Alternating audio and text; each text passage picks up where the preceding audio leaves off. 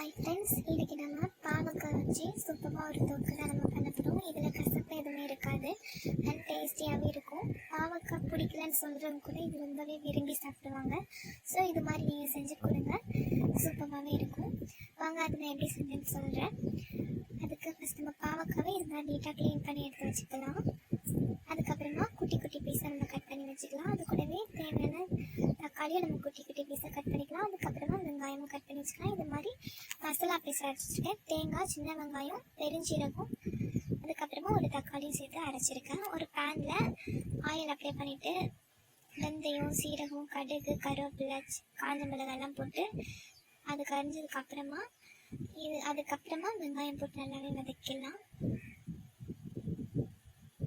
வெங்காயம் வந்துட்டு ரொம்பவே கரைஞ்சி போகக்கூடாது. இது மாதிரி பதம் வரும்போது நம்ம கட் பண்ணி வச்சுருக்கோம் இல்லையா, அந்த இதை நம்ம ஆட் பண்ணிக்கலாம்.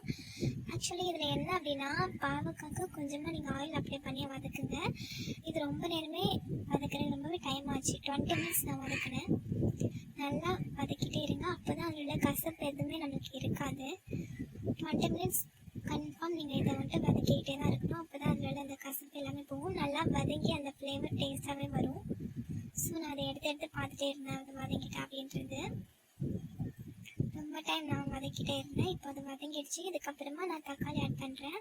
கட் பண்ணி வச்சுருக்கோம்லே, அந்த தக்காளி நம்ம அது கூடவே ஆட் பண்ணிவிட்டு, அந்த தக்காளி கூடவே நம்ம தேவையான அளவு குழம்புக்கு அந்த தொக்குக்கு தேவையான அளவு உப்பு நான் அப்போவே சேர்த்துட்டேன். அப்போ தான் அந்த உப்பு கூட சேர்ந்து அந்த தக்காளி நல்லாவே வெந்து வரும். ஸோ அது கூட கொஞ்சமாக மஞ்சள் பொடி ஆட் பண்ணிவிட்டு நல்லாவே கிளறி விட்டுட்டேன். 10 மினிட்ஸ்க்கு அப்புறமா இது மாதிரி ஆகிடுச்சு. இப்போது இது கூடவே நம்ம அரைச்சி வச்சுருக்க பேஸ்ட் நம்ம சேர்த்துக்கலாம். நல்லா சேர்த்து நல்லா கிளறி விடுங்க.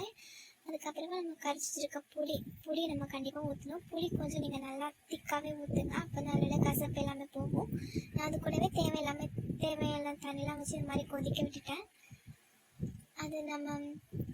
அது கொதிச்சுட்டு இருக்கும்போதே நான் 2 டேபிள் ஸ்பூன் குழம்பு மிளகாத்தூள் நம்ம வீட்டில் நம்ம அரைச்சி வச்சுருப்போம் இல்லையா, அதை நான் ஆட் பண்ணியிருக்கேன். இப்போ நான் மூடி போட்டுக்கிறேன். மூடி போட்டு ஒரு கரெக்டாக 10 மினிட்ஸ்க்கு அப்புறமா நீங்கள் பார்த்தீங்கன்னா நல்லா இது மாதிரி கொதிச்சு குழம்பு நல்லாவே வற்றி வந்திருக்கு. சூப்பராக ரெடி ஆயிடுச்சு. இதை நீங்கள் ரைஸில் போட்டு சாப்பிட்டீங்கன்னா சூப்பராகவே இருக்கும்.